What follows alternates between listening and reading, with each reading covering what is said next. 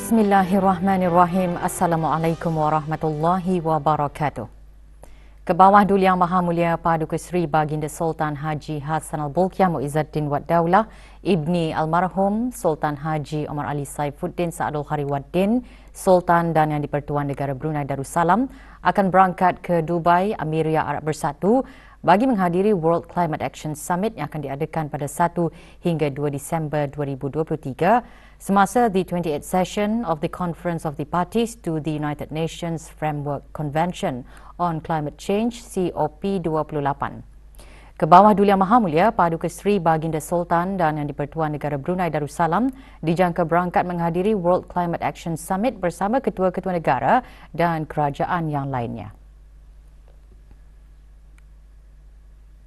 Sidang kemuncak tersebut yang juga merupakan keberangkatan ke bawah Duli Yang Maha Mulia buat julung kalinya menghadiri peringkat tertinggi COP High Level Segment bagi COP mengalu-alukan para pemimpin dunia untuk membentangkan perkembangan dan aspirasi dalam semua tunggak perjanjian Paris sekaligus menjana momentum dan bimbingan bagi acara-acara lain yang dianjurkan semasa COP ini. Selaku hos bagi COP28, Emiria Arab Bersatu akan memfokuskan kepada 4 peralihan paradigma iaitu mempercepatkan peralihan tenaga dan mengurangkan pengeluaran gas sebelum tahun 2030, melaksanakan transformasi keuangan iklim dengan memenuhi sasaran sebelum ini dan membentuk rangka kerja untuk perjanjian baharu dalam keuangan, mengetengahkan fokus utama kepada persekitaran, penduduk, nyawa dan kehidupan sebagai tumpuan dalam tindakan iklim dan mengerahkan COP menjadi sesi yang paling inklusif.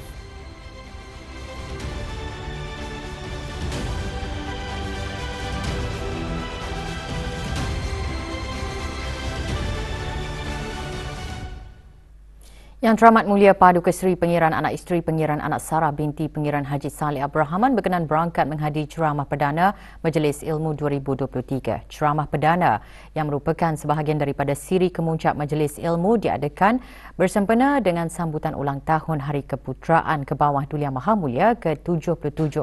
Ceramah perdana berlangsung di Pusat Persidangan Antarabangsa Brakas. Berangkat sama Yang Teramat Mulia Paduka Seri Pengiran Anak Puteri Hajah Masna binti Almarhum Sultan Haji Omar Ali Saifuddin Saadul Khariwaddin, Ambassador Large di Kementerian Hal Ehwal Luar Negeri, dan Yang Teramat Mulia Paduka Seri Pengiran Anak Puteri Hajah Amal Umi Kalsum Al-Islam binti Almarhum Sultan Haji Omar Ali Saifuddin Saadul Khariwaddin. Keberangkatan Yang Teramat Mulia dijunjung oleh Yang Berhormat Pehindatul Lala Raja Major Jeneral Bersara Datuk Paduka Seri Haji Awang Halbi bin Haji Muhammad Yusof, Menteri di Jabatan Perdana Menteri dan Menteri Pertahanan Kedua. Yang Berhormat Datin Seri Setia Dr. Dayang Hajar Romaiza binti Haji Muhammad Saleh, Menteri Pendidikan, dan Yang Berhormat Datuk Seri Setia Awang Haji Nazmi bin Haji Muhammad, Menteri Kebudayaan Belia dan Sukan selaku pengerusi-pengerusi bersama Jawatan Kuasa Pandu Majlis Ilmu.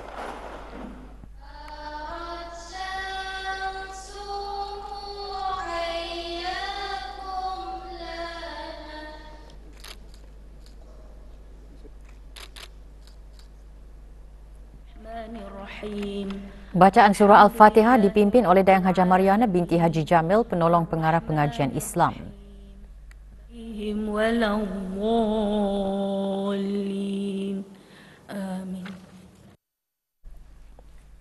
Kefahaman mendalam mengenai munajat dan taubat melalui majlis ilmu disentuh dalam sembah alu-aluan Menteri Pendidikan. Pendidikan dan ilmu merupakan pemangkin yang memercikkan minat intelektual, menyuburkan pemikiran kritis dan menanam nilai-nilai yang membentuk watak individu. Ilmu berfungsi sebagai batu asas di mana impian dibina dan aspirasi dicapai. Kepentingan mendidik hati dalam meraih keampunan pula dihuraikan dalam ceramah perdana Dr. Hajah Lili Suzana binti Haji Syamsu, penolong Rektor Hal Ehwal Pelajar dan Alumni UNISA. Setiap seseorang itu diperhatikan atas apa yang diniatkannya. Kadang perbuatan tu sama, amalan tu sama. Tapi prestasi keikhlasan Allah lihat kepada prestasi hati. Doa selamat dibacakan oleh Dayang Hajah Mariana binti Haji Jamil. Subhana rabbika rabbil izzati amma yasifun wa salamun alal mursalin walhamdulillahi rabbil alamin.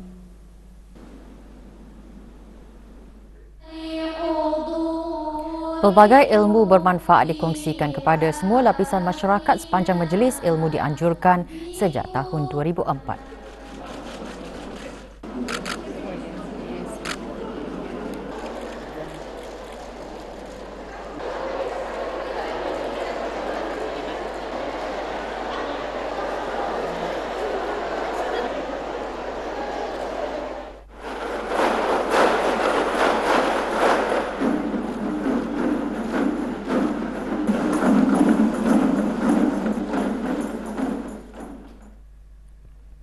Seminar Majlis Ilmu diteruskan kemarin dengan membincangkan subtema dasar kerajaan yang mendukung amalan munajat dan kaitannya dengan taubat.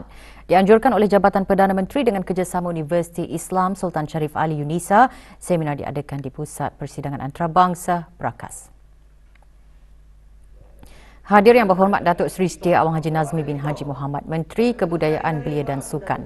Kertas kerja bertajuk Peranan Pusat Dakwah Islamiah dalam mendukung amalan munajat disampaikan oleh Haji Ahmad Abdul Salam bin Haji Abdul Rahman, Pemangku Pengarah Pusat Dakwah Islamiah, mengetengahkan peranan pusat berkenaan dalam mendukung amalan munajat.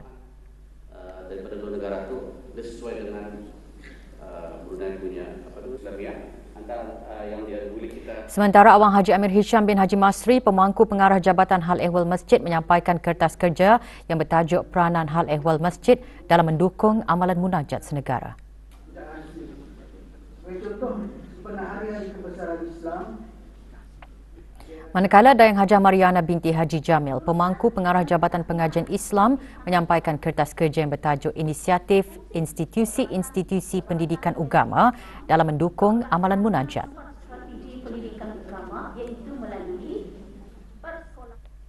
Awang Abdul Wafi bin Haji Ibrahim dan Dayang Faradiba binti Abu Kasim masing-masing muncul juara bagi kategori Qori dan Qori'ah. Pertandingan membaca ayat-ayat Al-Quran bagi Kementerian Keuangan dan Ekonomi serta jabatan-jabatan di dalamnya. Majlis penyampaian hadiah bagi pertandingan tersebut diadakan kemarin di bangunan Kementerian Keuangan dan Ekonomi Commonwealth Drive. Majlis diungkapkan oleh Agensi Pelaburan Brunei. Hadiah-hadiah disampaikan oleh Yang Berhormat Datuk Seri Setia Dr. Awang Haji Muhammad Amin Liu bin Abdullah, Menteri di Jabatan Perdana Menteri dan Menteri Keuangan dan Ekonomi kedua. Majlis merupakan aktiviti tahunan kementerian berkenaan untuk menggalakkan pembacaan ayat-ayat suci Al-Quran di samping mengetengahkan bakat-bakat di antara kalangan pegawai dan kaki tangan. RM300, piala kenangan dan sijil penyertaan. RM200, piala kenangan dan Usaha serta inisiatif negara Brunei Darussalam dalam membenteras jenayah rentas sempadan termasuk anti pengganasan, pembersihan wang haram dan keselamatan siber dikongsikan semasa mesyuarat tahunan Forum Parlimen Asia Pasifik APPF kali ke-31. Mesyuarat diadakan di Pusat Persidangan Antarabangsa Republik Filipina baru-baru ini. Dalam kenyataan semasa sidang plenary bagi politik dan keselamatan, Yang Berhormat Pihin Orang Kaya Indra Pahlawan Datuk Seri Setia Awang Haji Suyoy bin Haji Osman menjelaskan usaha tersebut melibatkan kerjasama rapat antara negara-negara sahabat dalam memastikan tindak balas yang selaras dalam mencapai pembangunan mampan. Yang Berhormat Pengiran Haji Isa bin Pengiran Haji Aliuddin menyentuh mengenai kepentingan membangun infrastruktur kritikal yang berdaya tahan dan memupuk teknologi inovatif bagi menyokong aktiviti-aktiviti ekonomi selaras dengan usaha dalam mencapai wawasan Brunei 2035. Yang Berhormat Pihin Orang Kaya Johan Pahlawan Datuk Seri Setia Awang Haji Adenan bin Begawan Pihin Siraja Khatib Datuk Seri Setia Haji Muhammad Yusof menyatakan negara sentiasa memastikan penyediaan liputan kesihatan sejagat serta memastikan penjagaan kesihatan yang aksesibel dan saksama kepada semua. Di bawah agenda Parlimen Wanita, Yang Berhormat Dayang Hajah Rosmawati binti Haji Abdul Mumin mengongsikan inisiatif negara dalam pemerkasaan wanita termasuk Pelan Tindakan Negara bagi Wanita. Terdahulu, Presiden Senat Republik Filipina Yang Berhormat Juan Miguel F. Zubiri dalam ucapannya menekankan kepentingan mengukuhkan perhubungan yang berdaya tahan bagi mencapai keamanan, kemakmuran dan kelestarian di era pasca pandemik COVID-19 dan ke arah menjadikan abad ke-21 sebagai abad milik rantau Asia Pasifik. Sebuah kenyataan bersama juga dikeluarkan. Manakala 10 resolusi diluluskan yang menunjukkan komitmen negara-negara ahli APPF dalam mengukuhkan kerjasama Parlimen serantau dalam isu-isu berkepentingan bersama.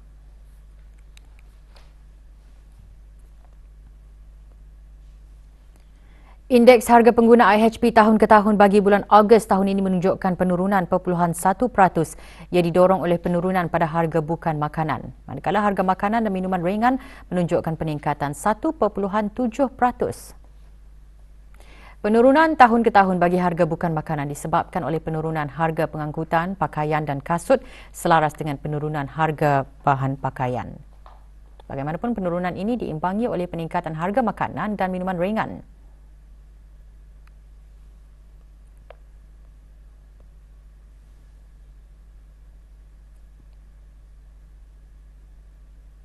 Bagi perubahan bulan ke bulan, IHP menunjukkan peningkatan 0.4%.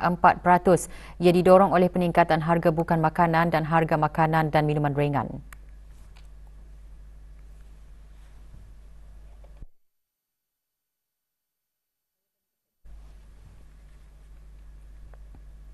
Peningkatan bulan ke bulan bagi harga bukan makanan antaranya disumbangkan oleh pakaian dan kasut, perhiasan, perkakasan isi rumah dan penyelenggaraan rutin isi rumah. Manakala peningkatan bagi harga makanan dan minuman ringan antaranya disumbangkan oleh kenaikan harga minuman ringan dan buah-buahan.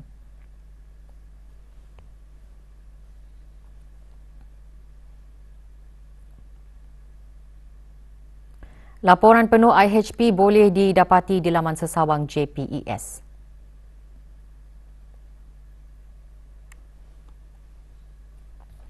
Pelbagai aktiviti menarik disusun sempena RTB Mini Media Carnival yang akan diadakan pada 1 hingga 3 Disember depan.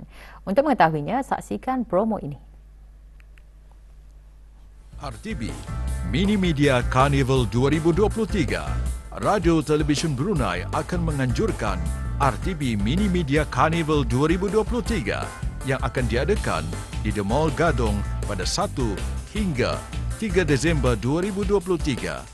Jam 11 pagi hingga 10 malam. Pelbagai aktiviti turut disediakan. Singgahlah di booth RTB Go dan rebutlah peluang untuk memenangi hadiah-hadiah menarik. Datanglah beramai-ramai ke RTB Mini Media Carnival 2023.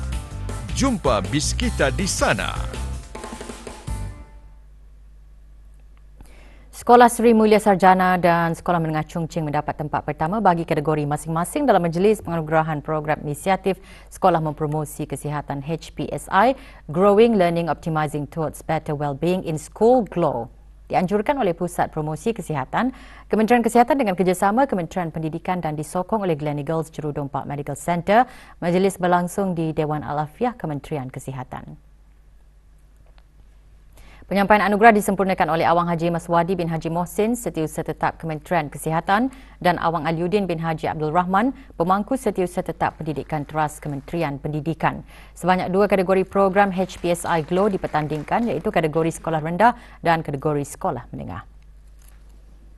Program ini telah pun berjaya diadakan dari bulan Mac sehingga bulan Oktober tahun ini. So secara 8 bulan lah program mintis ini telah dijalankan. Sambutan nak murid pasal tentang GLOW project ini, alhamdulillah semua mengikuti dengan baik sebab inisiatif from the teachers itself dari cikgu-cikgu itu membuatkan macam mana pembaharuan dari segi pelajaran. Supaya pelajar lebih fokus kepada pelajaran dan tidak berasa bosan, maklum balas dari rakan-rakan mengenai projek kami sangat memuaskan. Hasil keusahawanan dan inovasi pelajar-pelajar sekolah rendah tahun 4 dan 5 dan prototip yang kreatif dan inovatif antara yang dipaparkan dalam pertandingan Celik Biz. Manakala keusahawanan dan inovasi bagi pelajar-pelajar sekolah menengah dan maktab tahun 9 dan 10 dipamerkan dalam pertandingan Big Start. Kemarin, Majlis Konvensyen Pertandingan Celik Biz kali ke-5 bagi penuntut-penuntut sekolah rendah seluruh negara dan pertandingan Big Start kali ke-10 bagi sekolah menengah dan maktab seluruh negara diadakan di Sekolah Ugama Arab Menengah Perempuan Raja Isteri Pengiran Anak Hajah Saleha, Kampung Katok. Penyampaian hadiah disempurnakan oleh Awang Aliuddin bin Haji Abdul Rahman, Pemangku Setiausaha Tetap Pendidikan Teras Kementerian Pendidikan. Bagi pertandingan Celik Biz dimenangi oleh kumpulan Brightful Scholars dari Sekolah Persediaan Arab Bandar Seri Begawan dengan nama produk Musyakarah Ilmiah. Sementara itu, kumpulan Al-Rashidin dari Mahat Islam Brunei dengan nama produk Prayer Verse memenangi pertandingan Big Start.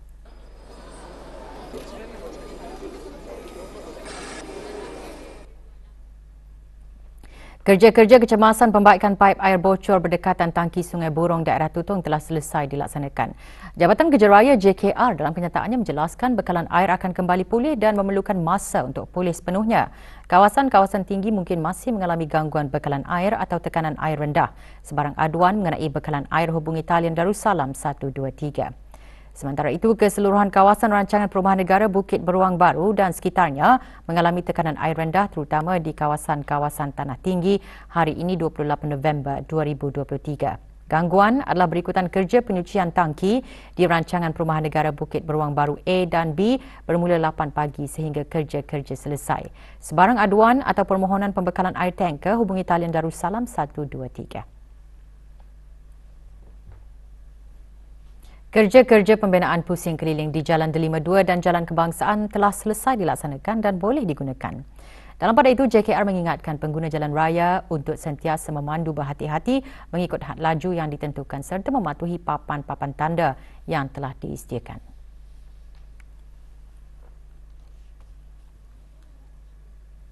Kementerian Sumber-Sumber Utama dan Pelancongan akan mengadakan Expo Produk Tempatan 2023 selama 4 hari.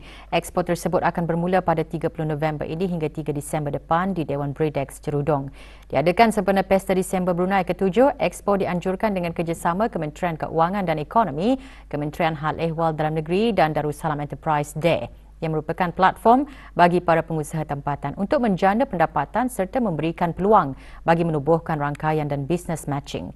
Lebih 20 pengusaha sektor agri makanan akan mengikuti expo tersebut dan orang ramai adalah dialu-alukan untuk berkunjung ke expo berkenaan.